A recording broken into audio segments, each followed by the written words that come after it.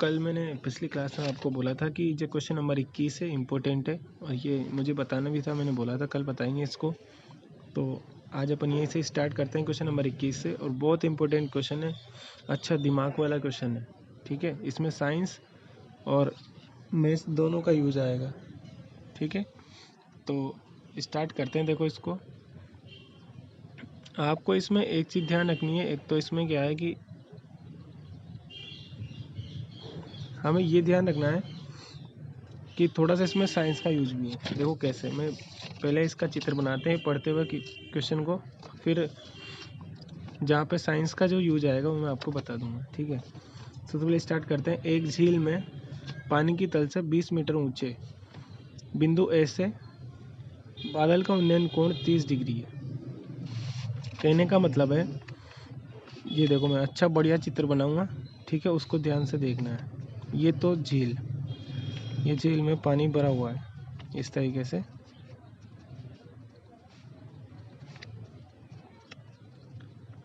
यहाँ तक ये झील है मान लो, और इस झील का ये ऊपर की सतह, ऊपर की पानी की जो सतह है ऊपर की सतह ही होगी। अब इस सतह से कहा ना उसने, एक झील में पानी के तल से 20 मीटर ऊंचे बिंदु ए, इस पानी के तल से 20 मीटर ऊंचाई पर एक पॉइंट है और उसका नाम है ए। तो हमने बना दिया, ए बना दिया, और इसको आप ए से ड्रॉ करके लिख दो यहाँ पे 20 मीटर। ये हो गया। ठीक है, बिंदु ए हो गया, यहाँ तक का काम हो गया अपना। एक झील में, ये रही नीचे झील अपने बनी हुई है।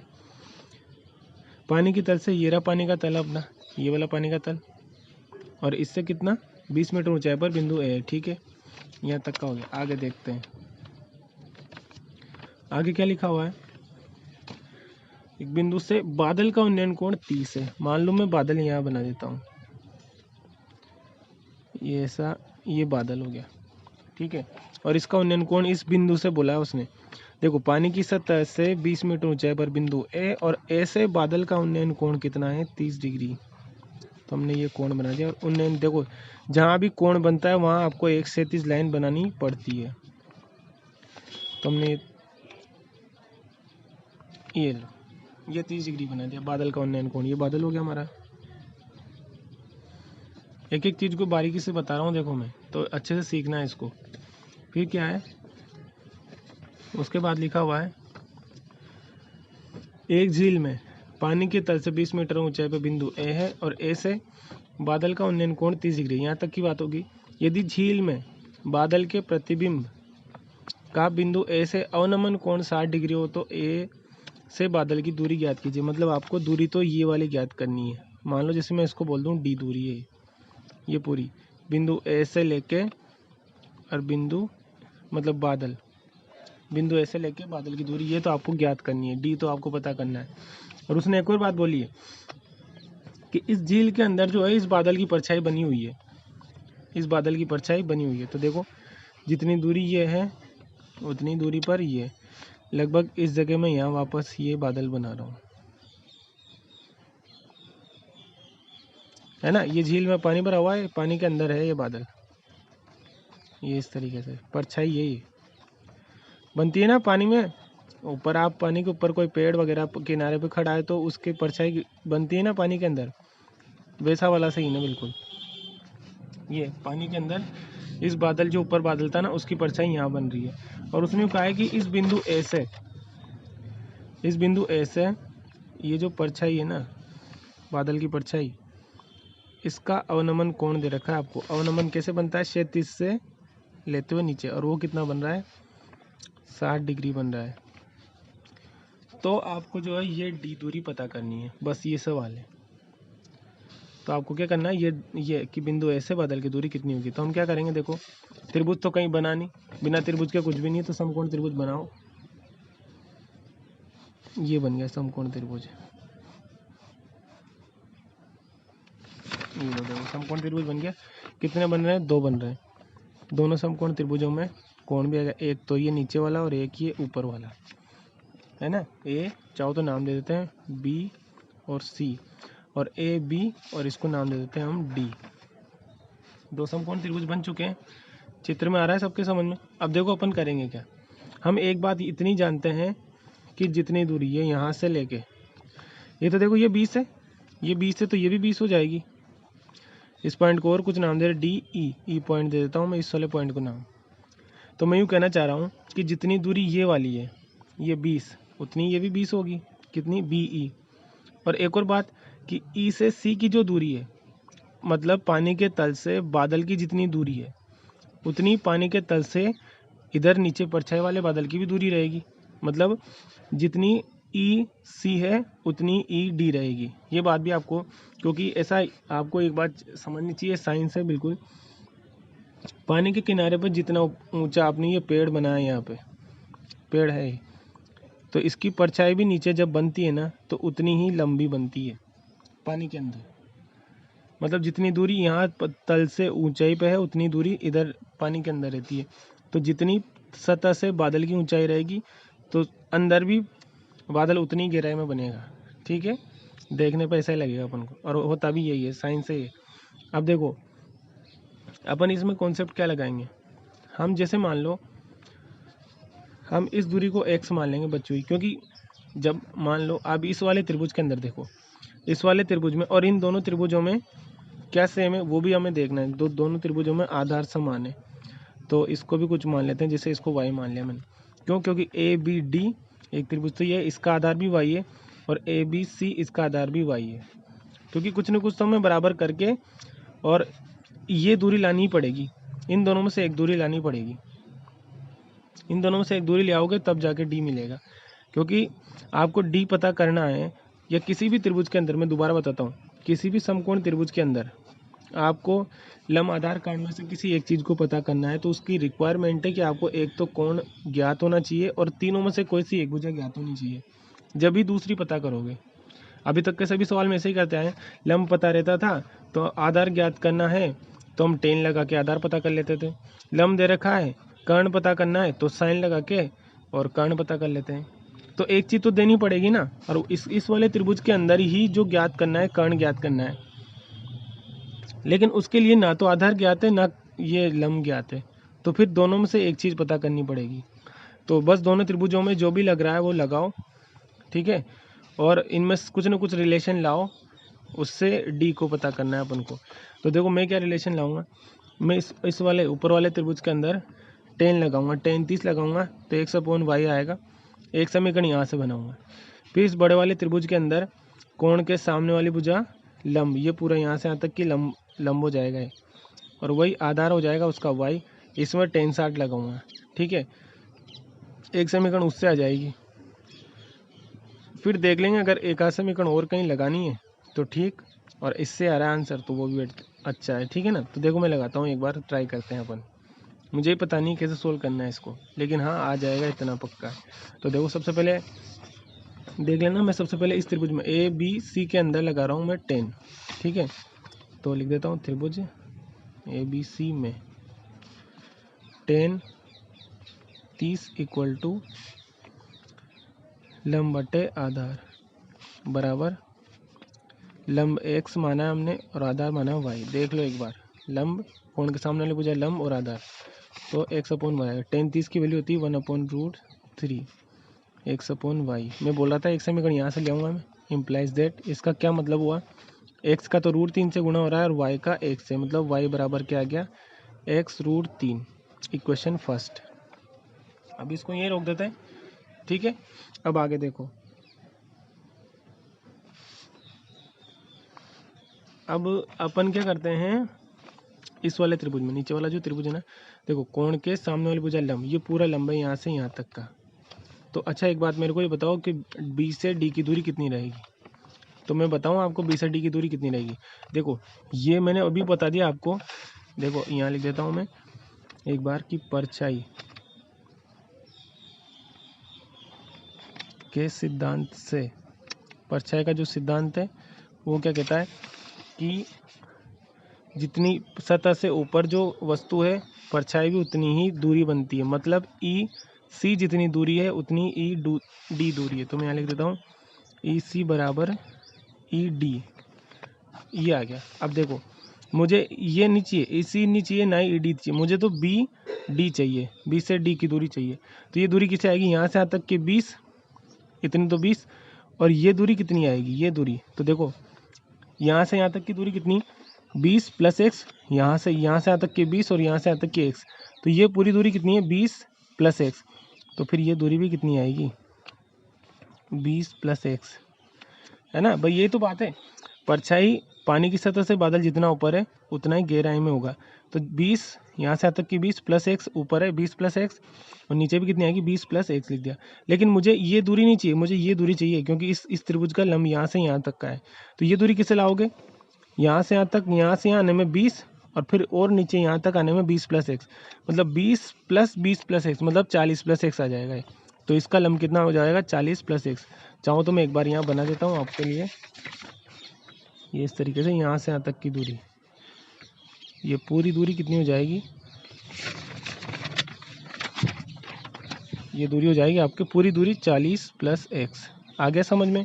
दोबारा देखो यहाँ से यहाँ तक की 20 प्लस एक्स, यहाँ से यहाँ तक की 20 प्लस एक्स, तो यहाँ से यहाँ तक की कितनी हो जाएगी, तो ये दूरी तो 20 है ना, तो 20 तो ये, और 20 प्लस एक्स ये, तो 20 और 20 40 प्लस एक्स हो जाएगा। ठीक है, तो अगला त्रिभुज अपन ये वाला ले रहे हैं ए बी डी में, तो इसे लिख देते हैं, इस वजह से यहाँ लिख दें एक बार, अपने जो काम की चीज़ है वो बी डी, वो कितना हो जाएगा 40 प्लस एक्स हो जाएगा।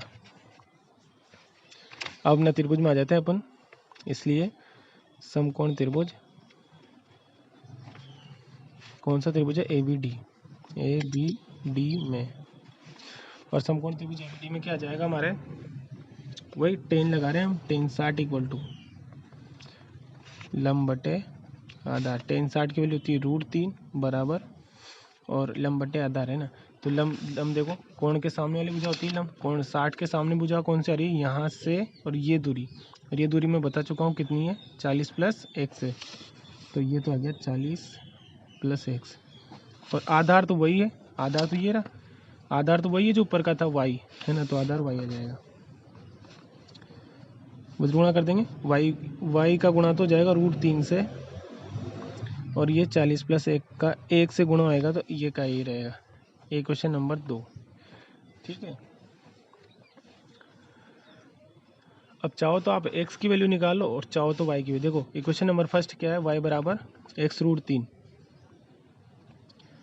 और यहाँ देखो y की वैल्यू कितनी है, तो x√3 लिख देता हूँ यहाँ पे। कहने का मतलब है चाहो तो आप y को हटा दो, चाहे x को हटा दो। अगर y की वैल्यू रखूँ तो देखो y का मान कितना है x√3, तो मैं यहाँ लिख देता हूँ, ऐसे लिख देता हूँ, y का मान 1 से 2 में रखने पर, y का मान क्या कर रहे हैं हम, एक समीकरण 1 से 2 में रख रहे हैं। y का मान है कितना x√3, मतलब y की जगह पे क्या लिख दूँ मैं x√3, तो y की जगह यहाँ लिख दूँ x√3 इस जगह, तो x√3 और उस 7 का √3 अलग है, ये तो y का मान हो गया, y की जगह में नहीं लिख दिया, और 1√3 ये 7 वाला है, प्लस 40 प्लस x हो गया। ठीक है, इन दोनों का गुणा कर दो तो 3x हो जाएगा भाई, इन दोनों का गुणा करेंगे तो कितना हो गया 3x, कैसे हुआ √3 और √3 मिलके कितना हो गया 3, क्योंकि गुणा हो रहा है। अब देखो यहाँ से x का पक्षांतर कर दिया था तो 2x हो गया, या आप ऐसे लिख देना एक बार, x इधर आया तो माइनस का हो गया, और 3 में से एक x कम हुआ तो 2x बराबर 40, तो इम्प्लाइज दैट x बराबर कितना आ गया, गुणा वाली संख्या आ गई अपोन में 40 बटे 2 और कट के कितना आ गया 20। ये किसकी वैल्यू आई हमारे x की। अब देखो हमें x थोड़ी पूछा है, x दूरी यहाँ से यहाँ तक की, हमें पूछा है कि d कितना है, बिंदु से बादल की दूरी कितनी है, तो हम क्या चाहेंगे कि हमें x की वैल्यू आ गई हमारे 20। ठीक है, अब ये देखो, अब वही वाली बात आ गई, मैंने कहा था किसी भी त्रिभुज के अंदर किसी दूसरी भुजा को ज्ञात करना है तो एक भुजा और कोण दिया हुआ जरूरी है। कोण मिल गया आपको, एक भुजा भी मिल गई, लंब मिल गया, तो अब कोण पता कर सकते हो आसानी से। तो बताओ लंब और कर्ण में संबंध कौन बताता है, साइन, और कोण कितना है 30, तो ऐसे लिख देता हूँ वापस त्रिभुज एबीसी में, है ना। अतः पुनः त्रिभुज ए बी सी में, अब क्या लगा रहा हूँ मैं, साइन 30 लगाऊंगा, साइन 30 बराबर लंब बटे कर्ण, और साइन 30 की वैल्यू होती है 1/2 बराबर लंब कितना है x है ना, x और ये कितना आया 20, और कर्ण तो हमें ज्ञात करना है कि कर्ण को मैं d मान चुका हूँ पहले, ठीक है। तो अब देखो d बराबर कितना आ गया, बस गुणा कर दिया, d का तो 1 से और 2 का 20 से, तो कितना आ गया 40, और यही आपको पता करना था, ये आपका आ गया आंसर। इसका मतलब क्या हुआ कि जो बिंदु ए से और बादल की दूरी कितनी है, तो वो आ गया आपके 40 मीटर आंसर। ओके, तो देखो अच्छा सवाल है, इंपॉर्टेंट सवाल है, दोबारा देखो अब क्या क्या माना था अपन ने और क्या क्या किया, शुरू से बता रहा हूँ वापस से ना। एक झील है, झील के अंदर झील की सतह से 20 मीटर ऊंचाई पर एक बिंदु ए है, उस बिंदु ए से बादल की दूरी आपको ज्ञात करनी है, और बादल का उन्नयन कोण 30 दे रखा है, और झील के अंदर जो बादल की परछाई है उसका अवनमन कोण 60 है, नहीं तो ठीक है। फिर हमें एक और चीज़ दे रखी थी उसने, हाँ यूँ कहा कि अब आपको ये बताना है कि बिंदु ए की बादल से दूरी कितनी है, ठीक है। तो हमने क्या किया, हमने पहले ये ऐसे ड्रॉ करके समकोण त्रिभुज बना लिया, हमने आधार को y मान लिया, दोनों त्रिभुजों का आधार सेम है y, ये दूरी x मान ली, क्यों, ठीक है। अब उसके बाद हमने क्या कॉन्सेप्ट लगाया, इस वाले त्रिभुज के अंदर टेन लगा दिया, y और x में संबंध दिया है, फिर इस वाले त्रिभुज में भी टेन लगाया और इस दूरी में और y में संबंध दिया है, वो भी x के रूप में आ रही थी, यहाँ से तक की दूरी, ये 20 और ये प्लस एक्स, 20 प्लस एक्स, तो ये भी 20 प्लस एक्स, तो ये होगी, और यहाँ से तक की 20 अलग है सही, तो ये टोटल दूरी कितनी होगी, इस त्रिभुज का लंब कितना हो गया 40 प्लस एक्स हो गया, बस लंब बटे का वो लगा दिया आधार, उससे ये एक संबंध ये लिया है समीकरण 2। फिर 1 और 2 से हमने तुलना करके देख ली, किसी एक को हटा दो, उससे हमारा एक्स की वैल्यू आ गई 20, और उसके बाद वापस जब इस त्रिभुज में एक्स की वैल्यू आ जाएगी तो फिर उससे हमने साइन लगाया और डी की वैल्यू पता कर ली, ठीक है। तो इम्पोर्टेंट क्वेश्चन था, और इस वजह से मैंने बोला था आपको आज ही एक ही क्वेश्चन होएगा, बहुत इम्पोर्टेंट क्वेश्चन है। अब आगे देखो क्वेश्चन नंबर 22, एक नदी के पुल के एक बिंदु से नदी के सम्मुख किनारों के अवनमन कोण इतने हैं, पुल के किनारों से 40 मीटर की ऊंचाई पर हो तो नदी की चौड़ाई ज्ञात कीजिए। अब देखो ये क्वेश्चन आपको करना है और बहुत इजी में समझा देता हूँ। देखो ये ऐसी नदी है एक, इस तरीके से, और ये इसके किनारे हैं फाइनल, मतलब इसके इधर पानी नहीं है, पानी इधर, ये नदी की चौड़ाई है इतनी है ना, और इसके ऊपर एक पुल बना हुआ है इस तरीके से, यूँ इस तरीके से बना हुआ है, इधर कैसा भी हो अपन को मतलब नहीं उससे, ऐसा पुल बना हुआ है। अब यूँ कहा कि पुल पे एक पॉइंट है जिससे ये जो किनारे हैं ना, इन किनारों के अवनमन कोण दे रखे हैं हमें, ये इस तरीके से, ये और कोण कितना, ये जैसे इसकी पुल की सीधी लाइन ये बनाऊँ मैं, तो एक कोण ये और ये वाला कोण दोनों दे रखे हैं, तो हम ऐसे बना देंगे यूँ, दोनों किनारे क्या क्या दे रखे हैं देखो। और यूँ भी कहा है कि पुल जो है 4 मीटर ऊंचाई पर है, तो ये जो बीच की दूरी है ना नदी से 4 मीटर ऊंचाई पर है, तो ये 4 मीटर होगी ये, ठीक है। आगे देखो सम्मुख किनारों के उन्नयन, ये वाला 30 और ये वाला 45 है, ठीक है। 4 मीटर ऊंचाई पर तो नदी की चौड़ाई ज्ञात करो, आपको ये पूरी दूरी ज्ञात करनी है, तो बहुत आसान क्वेश्चन हो गया। मेरी बात सुनो, देखो ये 90, ये जेड बन रहा है तो ये कोण भी 30, और ये जेड बन रहा है तो ये कोण 45। अब आप क्या करोगे, ये 4 दे रखा है, दोनों का लमसम है, आप क्या करोगे, इस वाले त्रिभुज में, इधर वाले त्रिभुज में, ये ऐसे जो त्रिभुज है इस वाले त्रिभुज में टेन लगाओगे तो उससे ये दूरी पता हो जाएगी आपको x, इस त्रिभुज में भी टेन लगाओगे तो ये y दूरी पता हो जाएगी, और नदी की चौड़ाई क्या हो जाएगी x प्लस वाई, दोनों को जोड़ दो पूरी चौड़ाई आ जाएगी। बहुत आसान है, मैंने क्या बताया, किसी भी त्रिभुज के अंदर कोई एक और दूसरी भुजा पता करनी तो कोई सी एक भुजा का होना जरूरी है, और कोण इस त्रिभुज में भी एक भुजा दे रखी है, लंब दे रखा है 4 और कोण दे रखा है, इस वाले त्रिभुज में भी कोण दे रखा है, लंब दे रखा है, तो ये आधार खूब आराम से पता कर सकते हो आप।